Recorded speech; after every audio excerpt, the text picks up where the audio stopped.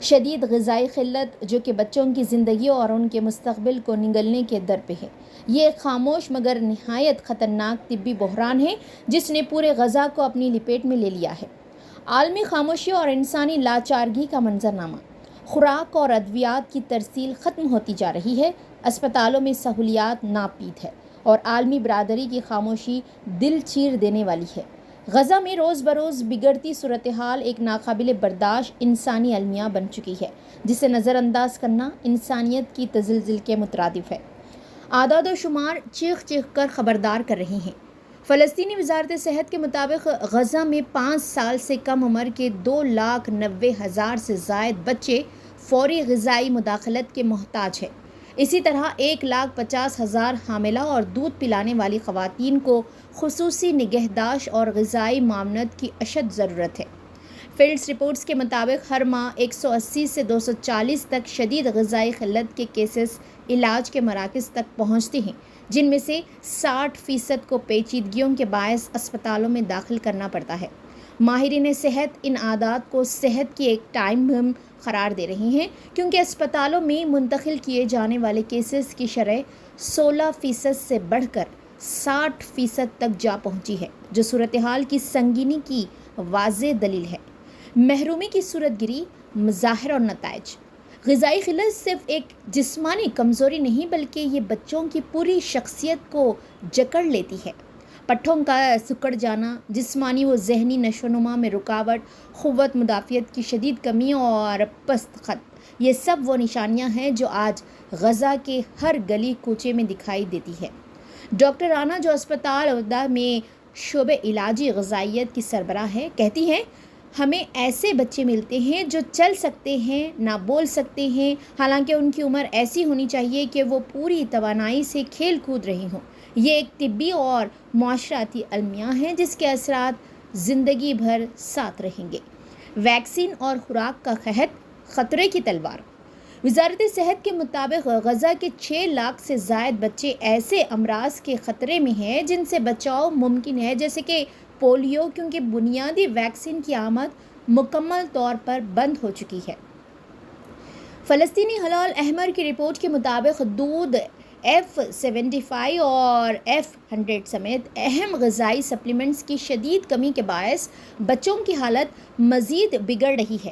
ایک مہاجر ماں، جن کا نام خفیہ رکھا گیا ہے، چیخ چیخ کر کہتی ہے، میرے بچے کے لیے نہ تو دودھ ہے، نہ دوا ہے اور نہ ہی غذا، وہ میری آنکھوں کے سامنے دن بدن مرجھا رہا ہے۔ ذہنی و تعلیمی تباہی ایک اور محاذ۔ غذائی قلت کے اثرات صرف جسمانی نہیں بلکہ نفسیاتی اور تعلیمی پہلوؤں پر بھی شدید مرتب ہو رہے ہیں۔ بچے توجہ مرکوز کرنے میں ناکامی، سیکھنے میں کمی اور سماجی تعلقات میں رکاوٹ جیسے مسائل کا شکار ہو رہے ہیں۔ ریلیف ٹیموں کے مطابق ان اثرات کا دائرہ وقت کے ساتھ وسیع ہوتا جا رہا ہے اور بچوں کی تعلیمی کارکردگی اور مستقبل کے امکانات شدید متاثر ہو رہے ہیں۔ غذائی قلت اب ایک رکاوٹ بن چکی ہے بچوں کے سیکھنے، بڑھنے اور جینے کے حق میں۔ ماں کے پیٹ میں بچوں کا قتل قبل از پیدائش زخم۔ ڈاکٹر محمد ابو افش شمالی غزہ میں میڈیکل ریلیف کے سربراہ خبردار کرتے ہیں کہ 25% سے زائد نومولود مختلف پیدائشی نقائص کے ساتھ پیدا ہو رہے ہیں۔ ان کے مطابق قابض اسرائیل کے ممنوعہ ہتھیاروں کا استعمال اور طبی نگرانی کے آلات کی عدم دستیابی اس خوفناک رجحان کو ہوا دے رہی ہیں۔ بین الاقوامی برادری کو پکار۔ غزہ کے ہر کونے سے پکار بلند ہو رہی ہے کہ فوری طور پر تمام گزرگاہیں کھولی جائے، طبی اور غذائی امداد فراہم کی جائے، ویکسینز مہیا کی جائے اور بین الاقوامی طبی ٹیمیں بھیج کر اس انسانی المیہ کی تحقیقات کرائی جائے۔ ایک نسل خطرے میں۔ غزہ میں غذائی قلت اب عارضی بحران نہیں رہا، یہ ایک دائمی آفت بن چکا ہے جو ایک پوری نسل کو جسمانی، ذہنی اور تعلیمی تباہی کی طرف دھکیل رہا ہے۔ جبکہ بنجامن نتن یاہو کی قیادت میں قابض اسرائیل اپنے ظلم کی شدت میں کمی نہیں لا رہا۔ غزہ کے ڈاکٹر اور مائیں امید کی آخری سانس تک لڑ رہے ہیں۔ اب عالمی برادری کی اخلاقی اور انسانی ذمہ داری ہے کہ وہ خاموش تماشائی نہ ہوں، کیونکہ بچے بھوک اور محاصرے کے شکار نہیں بلکہ انسانیت کے اصل وارث ہوتے ہیں۔